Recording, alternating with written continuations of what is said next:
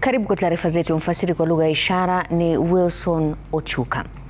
Afisa mkuu wa polisi wa kituo cha Central, Samson Talam, amekamatwa kwa madai ya kuhusika na kifo cha mwalimu na mwanablogu Albert Ojwang. Talam alikamatwa alasiri ya leo na maafisa wa kitengo cha kuchunguza malalamishi dhidi ya polisi na kufikishwa katika ofisi za mamlaka ya kuchunguza utendakazi wa polisi IPOA inayochunguza kifo cha Ojwang. Talam alikamatwa saa chache baada ya raia mmoja kukamatwa kwa kosa la kufuta kanda ya CCTV katika kituo cha Central na kudaiwa kulipwa shilingi 3,000. Haya yanajiri huku afisa mwingine wa polisi James Mukhwana kukamatwa Alhamisi na kufikishwa mahakamani hii leo. Gatete Njoroge na taarifa hiyo. James Mukhwana, afisa wa polisi kituo cha Central Nairobi, alifikishwa katika mahakama ya Milimani. Mukhwana anadaiwa kuwa mhusika mkuu katika kisa cha mauaji ya mwalimu na mwanablogu Albert Ojwang, anayedaiwa kufariki akiwa amezuiliwa katika kituo cha Central.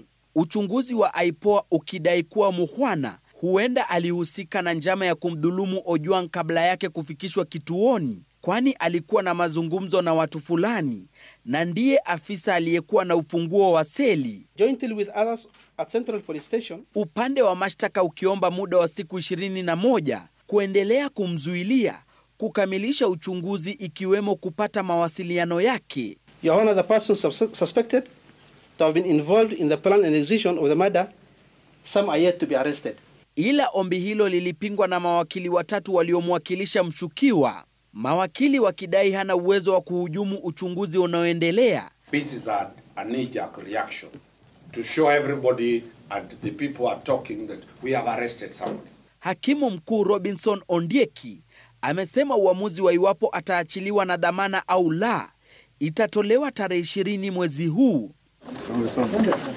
Haya yakijiri mahakamani, OCS wa kituo cha Central Samson Talam, anayedaiwa kuwa mhusika mwingine mkuu, pia amekamatwa.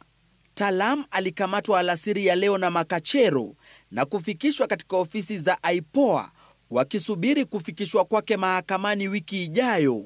On the arrest, we have arrested 2 police officers, and that is the OCS Central Police Station, CI Talam, and the D2 officer, the sentry guard, the person who was in charge of the cell. We also arrested 1 civilian. This is a person who was called to come and dismantle the CCTV. Familia ya marehemu Ojwang pia leo ilipata fursa ya kufika mbele ya IPOA na kutoa taarifa yao kuhusiana na kifo chake.